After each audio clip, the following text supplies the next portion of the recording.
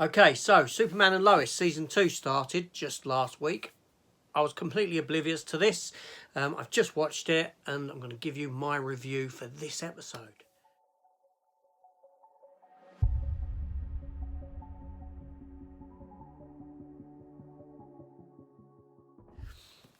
Okay, yeah, so season 2 of Superman and Lois, brilliant. I didn't even know it had come back on.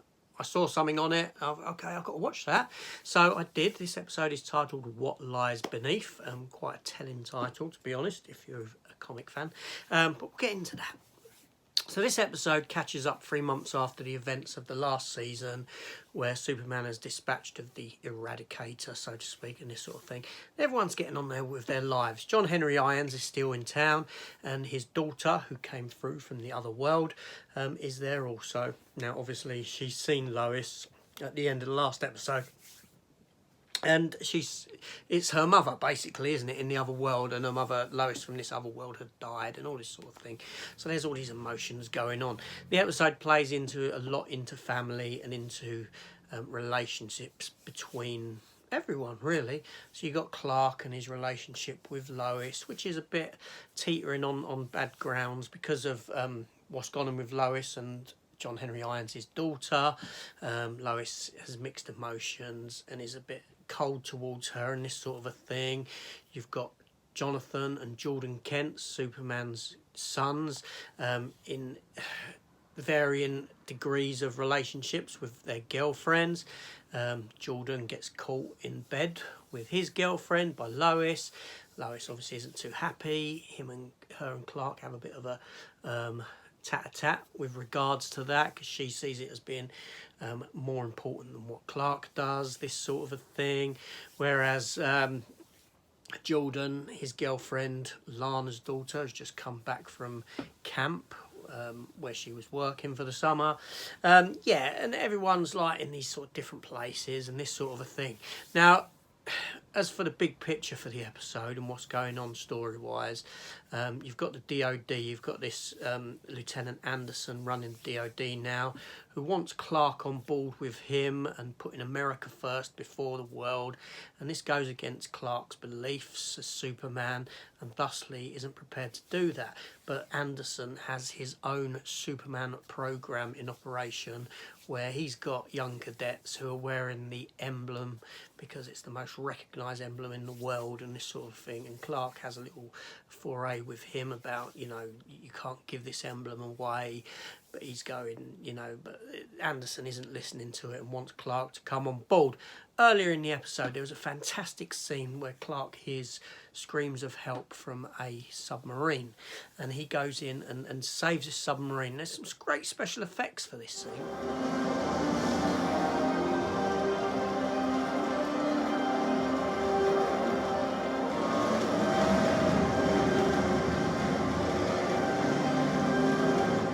Now, it turns out to be a North Korean submarine. Clark returns back to North Korea. And as you know, North Korea isn't really friendly with anyone in the world. Not many people. So this Anderson isn't too happy about this. And this is why he says to Clark, you need to choose between, you need to put America first, essentially, which goes against Clark's commitment to the world and staying out of politics and all this sort of stuff. But at the same time, there's these earthquakes and these rumblings going on that become more and more frequent as the sort of episode persists. And they're sort of messing with Clark, and he's, he ain't in a good place in his head when this happens. And it almost causes tragedy with the submarine when Clark is disabled, so to speak, by all the stuff going on in his head and all the noises and this sort of thing. Right, so by the end of the episode, some characters resolve their issues. Lois resolves her issues with her not daughter, shall we say, John Henry Irons' daughter, and opens up relationships with her, and sort of, a sort of surrogate mother type of a thing will probably come out of that. Now, I never reviewed the first series of this or anything like that, didn't like. But I thought, you know, why not start reviewing it from season 2? And I knew nothing about it. I don't really watch trailers for stuff. I don't really read stories or anything about this, or watch videos, YouTube videos on other people talking about what's going to be happening, all this. So it all comes as a surprise to me. The biggest surprise out of this episode is the earthquakes. Yeah, right. So by the end, I knew exactly what was going on. We're being given Doomsday. Yes, Superman and Lois are giving us the Doomsday storyline. Now, in the comics back in 1993, when the Doomsday storyline came about, the Death of Superman story, it started off with these one-page panels, or one pages of a couple of panels at the back of each Superman comic for a few issues, where you're getting this thump, thump, thump, and it's deep in Earth's ground. And basically, as the panels appeared in each comic, the thumping became more persistent, and a sort of a tomb was opened up, shall we say, and Doomsday's fist came through. And this is what we get throughout this episode until the fist comes out at the end. It's a very quick glimpse, but yes, it's Doomsday. So we know that Superman and Lois are going to give us the Doomsday storyline. I mean, I'm hoping that they give us the Death of Superman storyline and go beyond that. We'll see what happens. Probably won't do it exactly, because obviously John Henry Irons is already part of this world, and John Henry Irons is the character of Steel in the comics, who was introduced after the Death of Superman. He was introduced when the Supermen returned, the Reign of the Supermen storyline. Yeah, so it's, you know, it's great to be having that. Now, I know this is a CW show, and the CW shows are generally very cheap. The Flash, Arrow, Legends of Tomorrow, Batwoman, all that, Supergirl. But this show is on a different level. This show is filmed more cinematically. More of a budget is given to this show, and it shows in the special effects.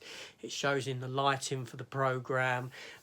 Just entirely in the way it is filmed and the way it is handled is completely different from what we get in the rest of the CW verse. Almost to the point that this show feels like it's in its own world and not part of that. Yes, I know Tyler Hoechlin had played Superman in the CW verse, but this feels like it is. This feels like it is almost separate entity to that, and I hope it sort of remains that way. I don't want it to be cheapened and head off in that sort of a direction of TV.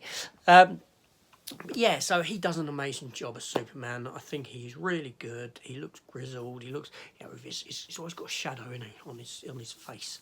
So he's got like 5 o'clock shadow, like he doesn't shave. But no, that works for it. That's fine.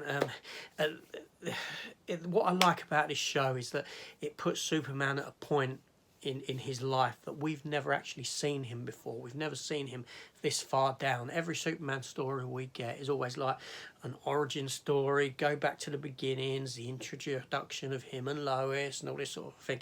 But this program thought, no, we're going to do it differently. We're going to take Superman, we're going to take Lois, we're going to make them married, and we're going to put them with children, and we're going to mix up the dynamic a bit. So when you see Clark and Lois having sort of real world problems and real world arguments, it's a very refreshing thing to see for this character, and in doing so, it makes this program somewhat more enjoyable than what it would be if it was just a standard Superman saving the day.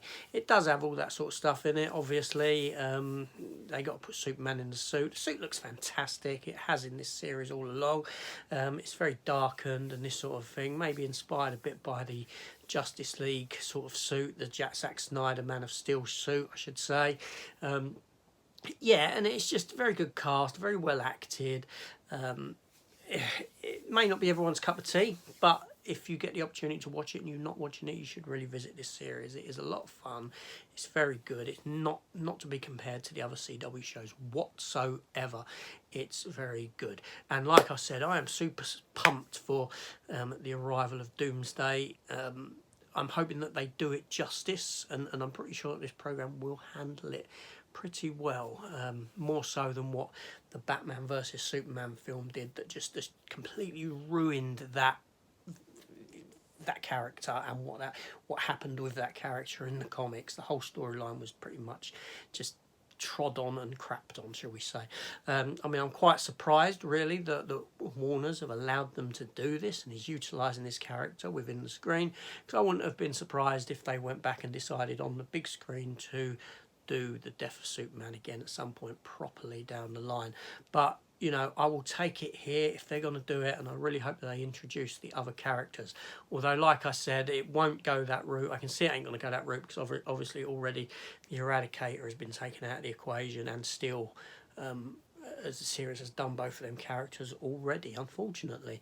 So we'll have to see what way it goes. But I'm sure something good is planned, and I'm really looking forward to seeing it. Anyway, this is AJ. That was my review for this latest episode of Superman and Lois. Let me know your thoughts down below. Are you interested in seeing Doomsday? Does that excite you as much as what excites me? I was there in '93 when the Death of Superman occurred. It's a brilliant comic book. I remember the excitement. I remember it being on the news and in newspapers, and I remember the mad rush that everyone had going to the comic shops. People who were non-comic collectors and readers had to pick this issue up because it was a big deal at the time. Apologies for the cough. Never heard a character like this been wiped out in this sort of manner before and killed, and people thought it was a genuine thingy, but really it was just a story that was created to fill a void between what was happening and the marriage of Superman to Lois. That was what it was created for. But yeah, to this day it still resonates within comics fans' heads, and they know this story. It's very famous. So yeah, I'm really looking forward to it. As you can tell, I'm sort of super psyched. Anyway, this is AJ. Thanks for watching. Please consider hitting the subscribe button, come in and join the channel, and why not? You know, what have you got to lose? Nothing ain't going to cost you anything. So come over and join me. And I'll see you on the next one. Take care all, and goodbye.